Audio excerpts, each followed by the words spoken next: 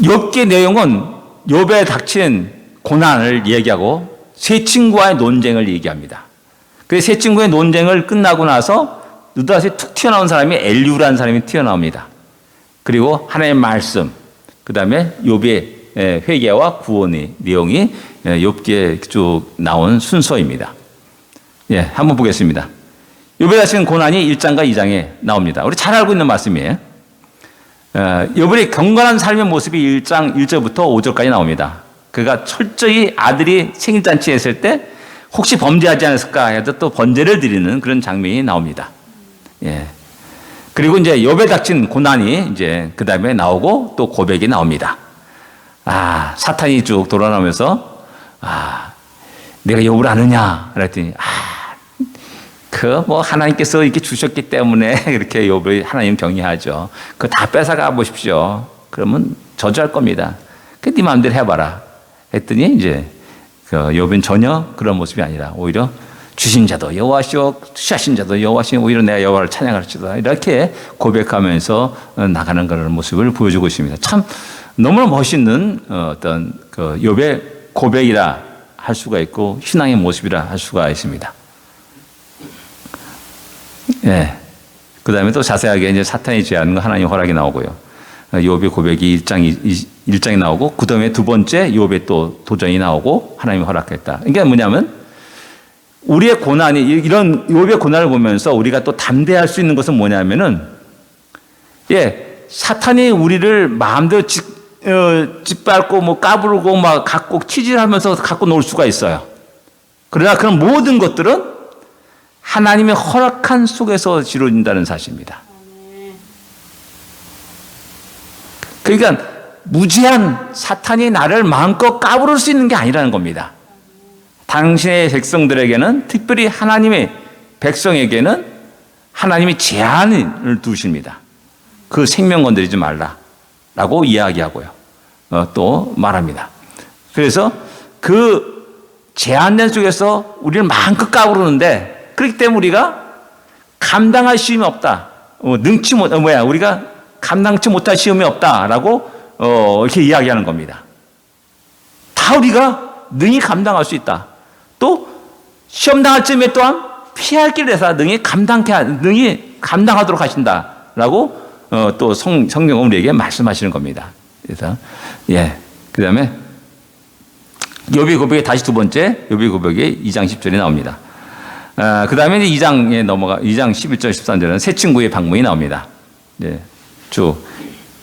엘리바스, 빌다, 소발 세 친구가 나옵니다.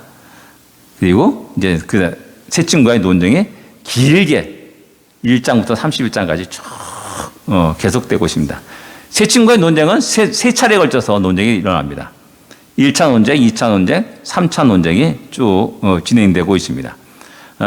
특별히 여러분들이 요 다음에 이제 넘어가는 것이 욥기를 읽을 때 요 논쟁을 좀 약간 자세하게 볼 필요가 있습니다. 그 다음에 엘리후의 연설이 32장부터 37장까지 길게 나옵니다. 저는 아직 이해를 못합니다. 왜 엘리후가 툭 튀어나오는가? 아직 이해를 못합니다. 그래서 계속 욥기를 읽을 때마다 엘리후의 말하고자 하는 그 중심 사상은 무엇인가? 그래서 계속 찾으려고 애를 씁니다. 약간의 그 모습은 보입니다. 세 친구처럼 너 죄였다, 회개하라, 그런 관점에서 엘리후가 얘기하는 것은 아닙니다. 도리어 엘리후는 하나님에 대해서 얘기를 많이 합니다. 하나님에 대해서 얘기를 많이 합니다. 그것이 세 친구와의 다른 관점이라고 이렇게 말할 수가 있습니다. 그 다음에 하나님의 말씀이 38장에 42장까지 쭉 걸쳐서 나옵니다. 중심이 뭐냐? 내가 거기 있었느냐? 내가 아느냐? 내가 할 수 있느냐? 라는 질문을 계속 던지는 겁니다. 욥의 고민은 너 이런 고민이 있었지? 이렇게 해결해. 내가 너희 질문에 답하겠다. 라고 하는 게 아니라 하나님은 내가 천지 만물을 만들 때 너는 어디 있었느냐? 내가 천지 만물의 그 동물들의 그 힘과 갑옷들, 그런 것들 너가 할 수 있느냐? 이런 식으로 계속 질문을 던지는 겁니다. 거기서 욥은 이제 회개를 하게 되죠. 42장 넘어가면서 이제 회개하고 다시 하나님이 그의 모든 것을 회복시키는 것들을 이게 보여주고 있습니다. 1차, 2차, 3차의 논쟁을 좀 약간 좀 수박 겉핥기식으로 한번 이렇게 둘러보겠습니다. 친구들은 욥의 죄를 말합니다. 철저히 인과응모적인 사상에 입각해서 욥을 공격하는 겁니다. 야, 너가 이렇게 큰 고난을 받는 거 보면 너에게는 뭔가 누구도 알 수 없는 죄가 있다. 너 그 죄를 회개해야 된다라는 겁니다. 요 사상의 단점이 뭐냐? 내가 이렇게 건강하게 살아가는 것은 하나님 복을 받은 것이고 하나님 나를 인정한 것이다 라는 이런 생각이 되는 겁니다. 그렇죠? 그리고 병들거나 사고당하거나 그러면은 너 큰 죄를 졌다. 이런 식의 사상입니다. 굉장히 위험한 겁니다. 어떻게 보면 하나님 앞에서 이것을 깨푸르는 것이 뭐냐면 날 때부터 속용된 자를 고치신 주님의 모습에서 보입니다. 저 사람은 누구의 죄 때문에 그렇습니까? 제자들이 말합니다. 질문하죠. 자신의 죄입니까? 부모의 죄입니까? 그 제자들도 역시 마찬가지로 인과응보적인 사상을 가지고 모든 것들을 보고 있는 겁니다. 우리 신앙인들도 역시 마찬가지로 예외 없이 이런 사상 속에서 사물을 판단하고 평가하고 정죄할 때가 많다는 겁니다. 굉장히 위험한 거죠. 그때 주님이 자기 죄도 아니오 부모 죄도 아니야 하나님이 행하시는 일을 드러내고자 합니다 라고 이렇게 말씀합니다. 완전히 다른 관점에서 이야기하는 겁니다. 예. 엘리바스의 욥의 죄를 지적합니다. 4장에 다른 게 아니라 너의 그런 모습을 보니까는 너희 안에 죄가 있다. 그 죄를 회개해야 된다 라고 말하면서 자기 말의 권위를 어떻게 되냐? 좀 약간 신비주의적인 사람이 엘리바스입니다. 어떤 영이 내 앞에 지나간다. 머리털이 쬐빛했다. 이런 식의 표현들을 씁니다. 이 표현은 우리 어머니가 잘 썼던 표현이에요. 기도하는데 머리가 샥 지나갔는데 내 머리 쫙 털이 빡 쓰고 이런 식의 표현들을 우리 어머님이 자주 했습니다. 근데 비슷한 표현들을 엘리바스가 하면서 내가 누구를 저주했더니 그대로 되었다. 이러면서 자기 말에 권위가 있다라는 것을 이야기하고 내 말을 드러낸다. 너 죄졌다. 죄다. 해결해라. 라는 이런 식의 이야기가 엘리바스의 이야기입니다. 그 다음에 이제 빌닷은 욥의 아들들의 죄를 지적합니다. 아프죠? 그들이 왜 죽었는지 아냐? 죄를 지었기 때문에 범죄했기 때문에 죽은 거다. 싹 죽은 거다. 야, 이거 한두 명이 죽으면 모르겠는데 7 아들이 죽은 겁니다. 하루아침에. 다 그들이 죄 때문에 죽었다. 아픈 거죠. 부모 입장에서 너무나 아픈 겁니다. 그를 위해서 혹시나 범죄할까 봐 번제도 드리고 했던 사람이 욥 아닙니까? 그럼에도 불구하고 빌닷은 그 욥의 아들들의 죄를 아주 날카롭게 지적하면서 이야기합니다. 근데 소발 욥의 숨겨진 죄를 지적합니다. 우리 누구도 모르잖아요. 여러분 내 죄를 압니까? 모르잖아요. 그래, 내 말에 세분 또 어쩌면 내 자신도 기억하지 못할 그런 죄를 지적하면서 이야기하는 겁니다. 이런 사람들의 죄의 어떤 것이 뭐냐면은 엘리바스에서 나오는데 죄를 지었다는 것을 합리화시키기 위해서 욥의 죄를 확대해서 말합니다. 야, 너가 가난한 자를 학대했고, 고아를 학대했고, 과부의 재산을 착취했고, 이런 식의 이야기를 합니다. 그때 엘리바스의 4장에서 엘리바스의 말은 죄를 지적하면서 전혀 그런 얘기가 없거든요. 오히려 너의 경건함이 어디 있느냐 이런 식의 얘기합니다. 너가 예전에 어려울 때 어려운 사람들을 이렇게 했는데 당장 네가 당하니까 너가 이렇게 당황하고 힘들어하고 생일을 저주하고 그러느냐 이런 식의 이야기를 합니다. 근데 이제 나중에 3번째 거기 갔을 때는 욥에 내가 얼마나 다른 사람 학대한 줄 아냐 하면서 가난한 자를 과부를 재산을 약탈하고 이런 식 이야기를 하는 겁니다. 없는 죄를 만들어서 이야기하죠. 이게 엘리바스의 모습이 아니라 우리가 살아가는 사람의 모습이고 우리 자신을 합리화시켜서 별의별 얘기를 이야기하고 꾸며내면서 공격하고 또 공격하는 그런 모습을 보게 돼요. 정치인들이 잘하죠. 정치인들이. 네. 요즘 우리나라 정치 이렇게 보게 되면 참 재미있습니다. 너무나 재밌어요. 야, 어떻게 저렇게 생각할 수 있을까? 어떻게 저렇게까지 살까라는 그런 생각도 종종 듭니다. 침소봉대라잖아요. 한 가지 탁 사고 딱 터지면은 그걸 집중호흡하면서 야 별의별 상상을 얘기하는 거예요. 뭐 연하야나 뭐 다 거기서 거기입니다. 근데 이 논쟁 속에서 중요한 것은 욥의 태도입니다. 욥은 그 논쟁 속에서 기도합니다. 이게 세 친구와의 다른 모습입니다. 세 친구들은 계속 공격만 했어요. 근데 욥은 그 공격을 받고 대답을 하고 변명을 하죠. 그러면서 기도하는 내용이 나옵니다.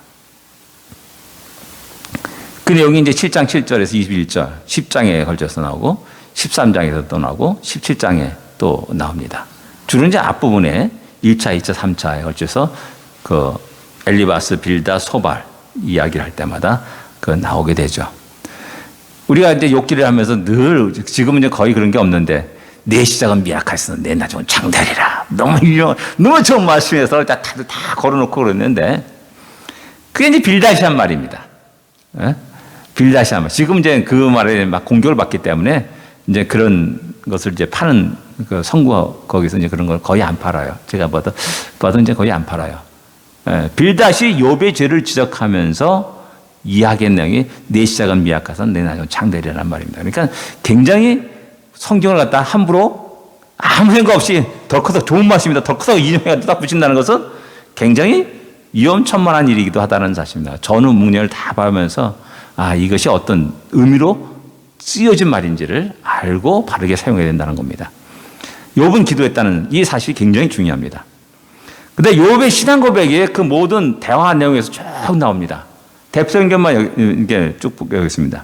6장 4절에 보면 전능자의 화살이 내 몸에 박히매라고 말합니다. 뭐냐? 나의 고통의 근원은 하나님에 의해서 시작되었다라는 겁니다. 하나님이 주셨기 때문에 자기가 받는다라는 겁니다. 근데 이해할 수가 없다는 거죠. 그게 고통인 겁니다. 왜 하나님이 나에게 이런 고통을 줬는지 분명한 것은 이 고통은 하나님도 왔는데 내가 왜 내가 이런 고통을 받아야 하는지는 알 수가 없는 겁니다.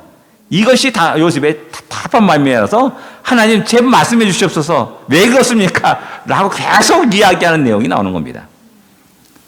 그래 6장 10절에 보면 내가 거룩한 이의 말씀을 거역하지 아니하였다. 그래 너희들이 나의 죄를 지적하고 말하는데 내가 한번 또 돌아봐도 그런 일 없다 라고 말하는 겁니다. 주의 말씀을 거역하는 일이 없다. 순종하며 살았다. 어떻게 보면 이제 상대적으로 볼 수 있죠. 완벽하지는 않지만 그러나 그렇게 살려고 무던히 애를 쓴 사람이 욥이라는 사실을 알 수가 있습니다. 욥의 어떤 담대함이라고 말할 수가 있는 거죠. 6장 29절에 아직도 나의 의가 건재하다. 나의 의가 건재하다. 아주 당당합니다. 너희가 말했듯이 그렇게 죄인이 아니라 하나님이 나를 인정할 것이고 나도 그렇게 너희들이 생각하는 만큼 그렇게 막대게 살아온 사람이 아니다 라고 이렇게 이야기하고 말하는 겁니다. 7장 3절에 보면 고달픈 밤이 내게 작정되었다라는 작정이라는 단어를 씁니다. 작정은 하나님의 뜻과 계획과 의지입니다. 그래서 하나님에 의해서 하나님의 계획에 의해서 하나님의 의지에 의해서 나의 모든 것들이 진행되고 나갈 것이다라는 겁니다. 그래서 23장 14절에 보면 내게 작정하신 일을 이루실 것이다. 고난도 그 가운데 하나에 포함되어 있다는 겁니다.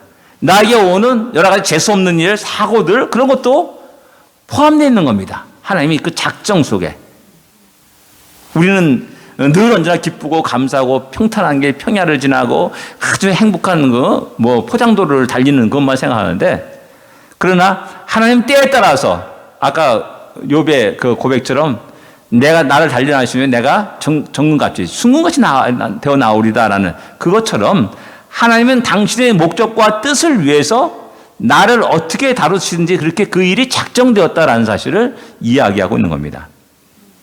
그 다음에 12장 10절에 보면은 모든 생물의 생명과 모든 사람의 목숨이 다 그의 손에 있다. 하나님 절대 주권, 나의 생사와 복은 하나님께 있는 것이다 라는 사실을 또 고백합니다. 그러니까 욥의 그 대화 속에서 이렇게 태친과의 대화 이렇게 쭉 읽어보면은 그런 아주 주옥 같은 신앙 고백들이 툭툭 튀어나오는 것을 볼 수가 있습니다. 가장 어렵고 힘든 속에서 또 공격을 받는 그런 상황 속에서 자기의 분명한 신앙 고백을 이렇게 친구들에게 하는 것들을 발견할 수 있습니다. 16장 10절에 내 손엔 포악이 없고 나의 기도는 정결하니라. 역시 담대한 겁니다. 이런 말씀을 친구들은 오해해가지고 내가 의롭다고 하느냐라는 그런 말로 공격을 하게 되는 겁니다. 내가 의롭냐? 아니 너는 죄인이다. 또 계속해서 공격하는 겁니다. 그러나 보니까는 난 거룩한 말이야. 거룩한 사람 이 말씀을 거역한 일이 없다. 나의 의가 아직 건재하다. 그리고 내 손에 포악이 없다. 나의 기도는 정결하다. 끝없이 얘기하는 겁니다. 계속. 예. 예. 그 다음에 16장 19절에 지금 나의 증인이 하늘에 계시고 나의 중보자가 높은 데 계시니라. 계시니라. 개자가 틀렸습니다. 계시니라. 예. 나의 중보자가 계시니라. 나의 억울함을 들어줄 사람, 변호해줄 사람, 그 누군가 있다라는 사실을 이야기하고 있는 겁니다. 어떻게 보면 이제 이것을 갖다가 이제 확대 해석하면 우리 주님 그렇게 이야기하는 사람도 있습니다. 19장 25절 27절 나의 대속자가 살아계신다. 육체 밖에서 내가 하나님을 보리라. 그리고 그 사람이 나를 낯선처럼 보지 않을 것이다. 대속자라는 그 사실을 또 고백합니다. 이런 신앙의 확신을 가지고 강하게 3대1의 공격을, 3명의 공격을 강하게 맞붙어서 싸우는 겁니다. 예, 아주 일당백의 같은 어떤 담대함, 어떤 그 자신의 신앙의 담대함이나 또 이런 확신이 없으면은 이런 이야기 할 수가 없는 겁니다. 그 다음에 우리가 잘 알듯이 내가 가는 그 길을 그가 하시나니 그가 나를 단련하시니 순금같이 내가 되어 나오리라 라는 유명한 또 고백을 합니다. 그 다음에 20장 5절 6절에 보면 내가 죽기 전에 나의 온전함을 버리지 않을 것이며 참 멋있습니다. 그죠? 내가 지금까지 살아온 하나님 앞에 살아온 나의 모습은 결코 포기하지 않을 것이다. 내가 어떤 어려움과 고난이 닥친다 할지라도 내가 세상과 타협하면서 세상을 부러워하면서 세상을 향해 날아가지 않을 것이다. 굴복하지 않는다는 겁니다. 그리고 내 공의를 굳게 잡고 놓지 아니하겠다. 그리고 내 마음이 나를 생애를 비웃지 아니한다. 야, 자기가 자기를 비웃지 않는다는 거예요. 야, 돌아봐도 진짜 참 멋지게 살아온 인생이거든, 내가 멋지게 살아온 인생이다 라고 너무 말하는 겁니다. 아, 멋있지 않습니까? 너무나 멋있는 겁니다. 이런 담대함이, 이런 확신들이, 이것은 결국 우리가 신앙생활 하면서 우리 5가지 확신을 말하지 않습니까? 구원의 확신, 사죄의 확신, 인도의 확신, 승리의 확신, 또 뭡니까? 기도 응답의 확신. 이런 가장 기본적인 우리 신앙인의 이 5가지 확신이 분명할 때 사탄이 얼마든지 공격해도 그래, 네 말이 맞아. 그러나 하나님 나의 죄를 사해 주셨어. 그리스도로 피로 말미암아 나를 사해 주셨어. 담대하게 얘기하는 겁니다. 야, 너 또 넘어졌지. 실패했지. 넘어졌지. 그러나 하나님은 나를 승리케 하실 거야. 왜? 당신이 영광으로 나를 세울 거고 나를 승리케 하실 거다라는 이런 강한 확신을 가지고 있는 자가 이런 말을 하는 겁니다. 이게 얼마나 욥이 믿음의 굳건한 자임을 우리에게 이야기해 주고 있는 겁니다. 네. 그 다음에 28장 28절에 주를 경외함이 지혜요 악을 떠남이 명철이니라 라면서 잠언서 같은 말씀을 또 이렇게 이야기합니다. 그래서 참 뛰어난 어떤 지혜와 명철을 이야기합니다. 예, 잠언서를 읽으면서 여러분들 저는 이제 이공계 사람이기 때문에 이 설계도가 그려지지 않으면은 도저히 이해를 못합니다. 설계도가 그려지지 않으면은. 그래서 제가 성경에서 가장 힘들었던 게 뭐냐면은 잠언서입니다. 이게 계속 앞에 나왔던 말이 또 뒤에 나오고 몇 번 걸쳐 나오는 겁니다. 계속해서. 이거 한편으로 보면은 각 절마다 옛날에 우리 중고등학교 때 그때 뭐 좋은 말씀 금원 해가지고 그 금원집 있지 않습니까? 그런 식의 말이 쭉 나와요. 그래서 이걸 어떻게 도저히 내가 설교도처럼 이렇게 구성을 할 수가 없어요. 그래서 굉장히 잠언서를 어렵고 힘들게 대했습니다. 그래서 어느 날 이렇게 보니까는 일상적인 지혜를 말해요. 일상적인 세상이 돌아가는 많은 사람들이 일상적으로 얘기하는 지혜를 말해요. 그러나 잠언서는 거기서 그 뛰어넘어서 여호와 하나님의 지혜를 이야기해요. 이것이 다르구나라는 사실을 새롭게 깨닫게 됐습니다. 그리고 세상의 유명한 책들하고 성경과 뭐 다르냐? 제가 전에 말했던 대로 있잖아요. 묵자에도 내 이웃을 내 몸까지 사랑하라는 말이 있어요. 묵자라는 책에도. 그래서 저는 처음에 어렸을 때 고등학교 다닐 때 예수 안 믿었을 때 성경을 알았어요. 성경은 이제 주일학교 다녔으니까 좀 알았잖아요. 그래가지고 내 이웃을 내 몸까지 사랑하라는 말을 내가 주일학교 다니면서 들은 적이 있는데 묵자를 읽다 보니까 거기도 있는 거예요. 똑같이. 겸해서를 주장하는 사람이 묵자지 않습니까? 그럼 성경과 이 책이 무슨 차이가 나냐라는 겁니다. 거기서 참 고등학교 다닐 때 굉장히 당황했던 적이 있어요. 그게. 근데 이제 예수 믿고 보니까는 또 잠언서를 읽다 보니까는 일반적인 세상 사람들의 지식과 지혜와 그런 말이 있어요. 근데 그 이후에 하나님의 지혜는 또 달라요. 이게 뭐냐? 주를 경외함이 지혜다. 놀라운 겁니다. 세상에 이런 말은 못해요. 약삭빠르게 더 많은 지식을 얻어가지고 책을 많이 읽어가지고 또 많은 교제를 해가지고 또 더 많은 정보를 얻어가지고 너가 남들보다 약삭빠르게 더 먼저 선점하고 나가고 또 투자하고 해야지 너가 돈을 벌 수 있다. 그게 지혜다라고 얘기해요. 그래서 성경 그게 아니에요. 여호와를 경외하는 것이 지혜다. 악을 떠나니 명철이다. 라고 하면서 또 다른 차원의 지혜와 명철을 우리에게 이야기해 주고 있어요. 그래서 제가 늘 얘기하지만은 신앙인들은 세상의 지혜도 알고 있어요. 그 속에 플러스 알파 하나님의 지혜와 지식과 능력과 권능을 하게. 이 두 양세계를 다 알고 있는 사람들이 신앙인이에요. 그때 신앙인들은 지혜로울 수밖에 없어요. 똑똑할 수밖에 없어요. 남들보다 보면 멍청한 같은데, 바보 같은데, 남보다 결국 앞서가게 돼요. 뭐 그런 일들이 이 땅에 너무 많은 겁니다. 30장 35절 36절에 보면 나를 고발한 자가 있다면 그에게 곧상을 쓰게 하라. 재밌어요. 막 지적하잖아요. 고소장 쓰지 않아요. 이 세 친구의 모습이 이건 겁니다. 막 신뢰에 비난하죠. 야, 그럼 내가 그렇게 큰 죄를 졌으면은 그러면 고소해. 국가 기관에 고소해봐. 근데 고소하지 않아요. 이게 세 친구의 모습이에요. 그래서 욥이 그들에게 말하는 겁니다. 나를 고발한 자가 있으면은 그 고소장을 쓰게 하라. 그리고 그 고소장을 내가 면류관처럼 어깨에 메고 쓰게 했다.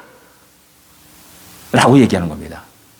그러면 나는 너희들 말한 것처럼 그런 자가 아니야.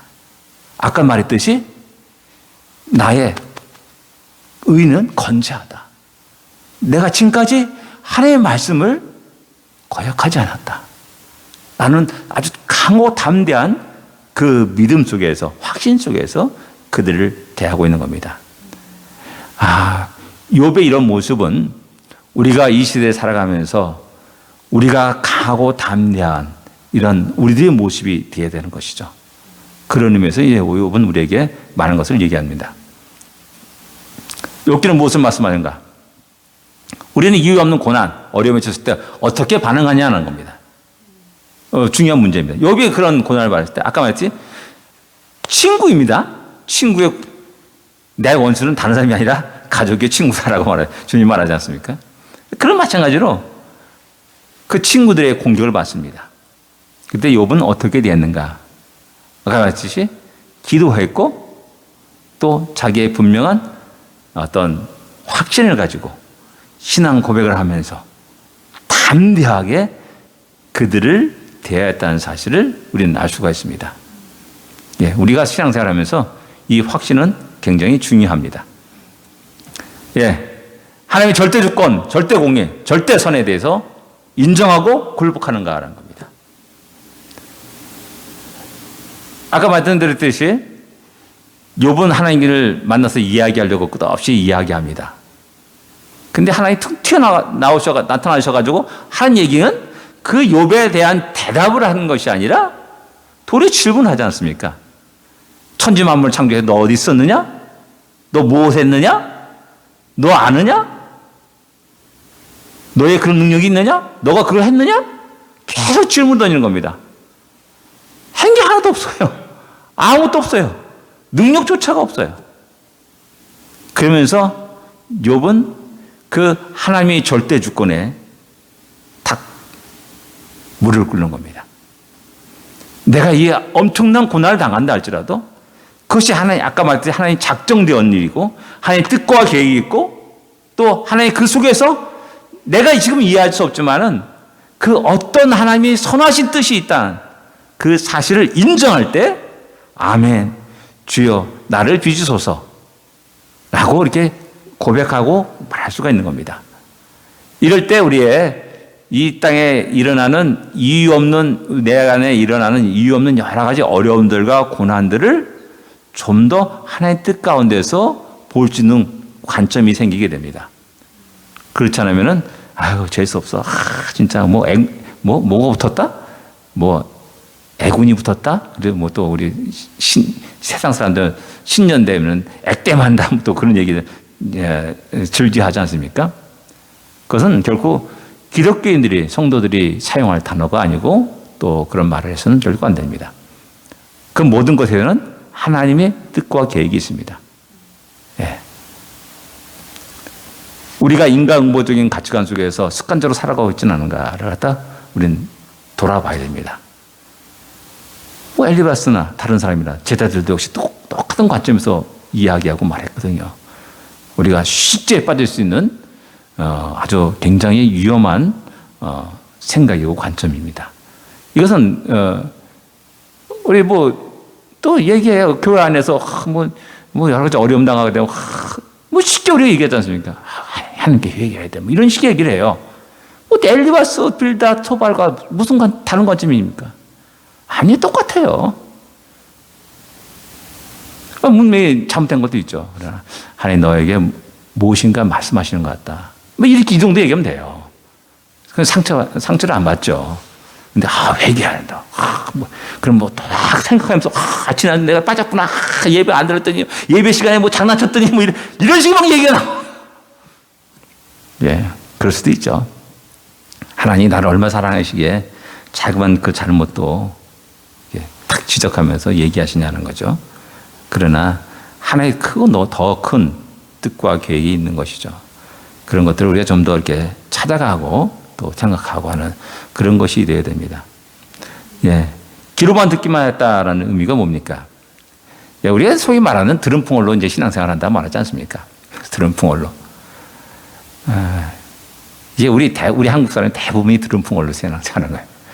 예, 체험적인 신앙이 없어요. 체험적인 신앙은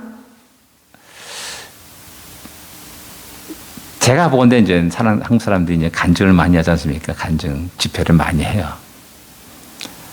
저는 이제 그런 간증 집회를 썩 좋아하지는 않습니다. 이유가 있어요. 그렇게 간증 집회 나올 정도면은 너무나 극한 상황 속에서 살아가는 인생들이에요. 좋은 의미에서 극한 상황이라고 할 수도 있죠. 그러나 나쁜 형태의 극한 상황도 있어요. 왜? 감옥에 쳐들어가서 어떻게 사기치고 칼도 난도질하고 그래서 근데 거기서 성경을 알고 예수를 영접해가지고 극적은 해가지고 했다고 얘기하는 사람이 있어요.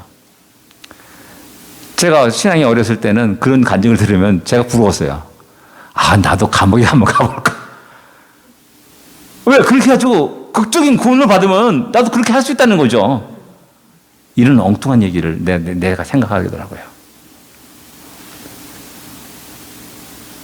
근데 이제 우리들의 일상생활 속에서 하나님은 나와 함께 하시라지 않습니까? 하신다고 했고요.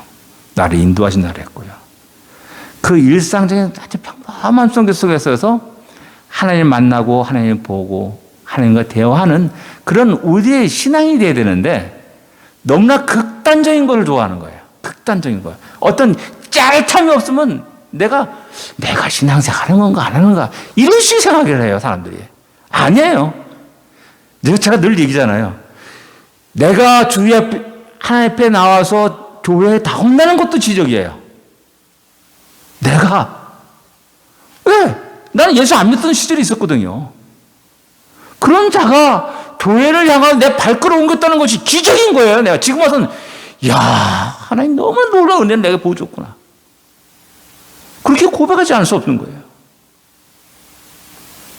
그리고 처음에 교회 딱 갔어요. 망원동 사람들이 평범한 가난한 찌들기 가난한 사람들이 평범한 삶의 모습이 있어요. 지금도 그 교회 예배당의 모습은 제가 어렸을 때 그 예배당 모습이 그대로예요. 지영이 결혼식 때 2012년 하도 궁금해가지고 그 교회를 가봤어요. 찾아가 봤어요. 똑같아요. 하나도 변한 게 없어요. 내가 놀랄 정도였어요. 그때 당시 이렇게 넣는 주보함이 있어요. 그게 그대로 있어요. 벌써 30년, 40년 지난 거 아니에요. 제가 20세 때니까 20대 40년 지난 그 모습이 그대로 있는 거예요. 주보를 펼쳐서 봤어요. 내가 아는 사람이 3분의 2예요. 그 주보에 나오는 이름이 제가 아는 사람이 3분의 2예요. 왜? 그러면서 제가 느낀 게 뭐냐면 하나님은 나에게 눈을 뜨게 하셨어요. 저는 교회를 비난했던 사람이에요. 비판했던 사람이에요. 다 도둑놈들이라고 아주 그냥 비난했던 사람이에요. 야, 그 많은 헌금 가지고 뭘 하고 있지? 제가 늘 그런 생각하던 사람이에요. 딱 보니까는 너무나 가난한 사람이 평범하게 모여가지고 하나님 찬양하고 예배드리는 거예요. 이 사람들 내가 도둑놈으로 모를 수가 있는가? 이 사람들 나쁜 사람 모를 수 있는가? 그 생각이 내 안에 툭 들어오는 거예요. 내가 잘못했구나. 내가 잘못 봤구나. 내가 잘못 봤다면 무엇인가 바른 것을 찾아가야지. 그 생각이 또르르 연결되면서 그 다음 주부터 계속 교회 나가기 시작한 거예요. 뭔가 배워야 됐다. 바로 알아야 됐다. 그리고 청년부 성경 공부도 나가는 거예요.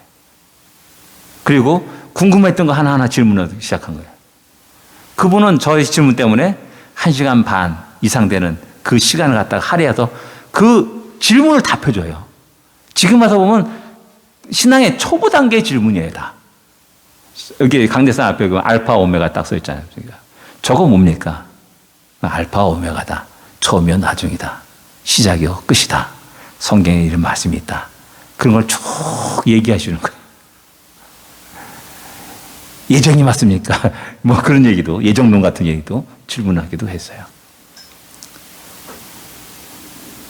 그러면서 그분이 나한테 쭉 대하면서 성경에 시편 23편을 한번 외워보라 라고 했어요. 그래서 제가 성경에 제일 먼저 외운 암송한 것이 시편 23편이에요. 영어는 나의 목자지. 내가 부족함이 없으라. 그 나를 푸른 자의 인도심에 실만한 물가로 인도하신도다. 라는 그 시편 23편이 제가 처음으로 암송한 성경이에요. 감사하게도 저는 그런 나의 삶 속에 참 하나님은 좋은 사람을 만나게 하셨다라는 사실을 알게 돼요. 그것이 하나님의 은혜예요. 뭐 극적인 어떤 모양, 꼬꾸라져고 쫄딱 망해가지고 일어나고 그런 경험은 없어요. 그러나 너무나 지킨 평범한 삶 속에서 너무나 좋은 사람들을 만나고 좋은 길을 가게 하고 이곳까지 오게 하시고 또 좋은 성도들을 만나고 다른 목사님들을 보면 성도들 때문에 너무나 고민하고 스트레스 받아가지고 뭐 정신 못 차리고 뭐 이런 게 한두 가지가 아니에요. 저는 저는 감사합니다. 내가 너무 연약하기 때문에 하나님은 그런 시험만 주시는 것 같다고 그런 얘기를 하면서 웃으면서 얘기하기도 합니다. 우리가 기도만 듣는 그런 신앙에서 좀 더 우리가 진짜 하나님을 보고 만나고 진짜 다가오시는 우리 주님을 보는 현실적으로 그래서 우리의 삶의 어떤 현실 속에서 우리 신앙이 아까 말했듯이 그런 분명한 확신과 고백 속에서 담대하게 우리를 향하여 공격하는 사탄의 모든 계기를 물지는 우리가 되어야 됩니다. 기도하겠습니다. 하나님 아버지 은혜를 감사합니다. 이 시간 우리 함께 하심을 감사합니다. 욥의 고난을 돌아봤습니다. 하나님 우리를 위해서 귀하게 이 욥기를 우리에게 전해주시고 우리가 그 욥기를 읽고 함께 나누게 하심을 감사합니다. 하나님 다시 한번 우리 눈을 뜨게 하여 주십소서. 우리 길을 열어주십소서. 우리 생각과 우리 가치관을 새롭게 하여 주십소서. 강하고 담대케 하여 주십시고 분명한 확신을 가지고 또한 분명한 신앙 고백을 하면서 살아가는 우리가 되게 하여 주십소서. 인간모적인 그런 가치관에 물들지 않게 하여 주시고 그 모든 곳에서 하나님의 뜻과 계획을 하나님의 영광을 볼 수 있는 눈을 허락하여 주시옵소서. 오 하나님 다시 한번 이 시간을 우리에게 주심을 감사합니다. 예수님으로 기도드립니다. 아멘. 하늘에 계신 우리 아버지 이름이 거룩히 여김을 받으시오며 나라 임하옵시며 뜻이 하늘에서 이루어진 것 같이 땅에서도 이루어지리이다. 오늘날 우리에게 일용할 양식을 주옵시고 우리가 우리에게 죄진 자를 사하여 준 것 같이 우리 죄를 사하여 줍시고 우리를 시험에 들지 말게 하옵시며 다만 하게서 구하옵소서. 되게 나라와 권세와 영광이 아버지께 영원히 싸움나이다. 아멘. 주여 감사합니다.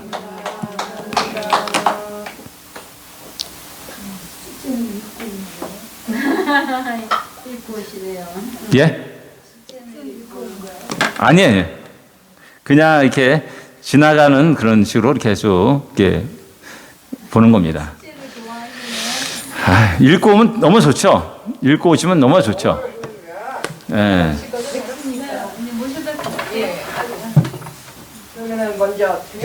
예, 들어가십시오. 많이 했구나. 일이 없으면 좋으니까.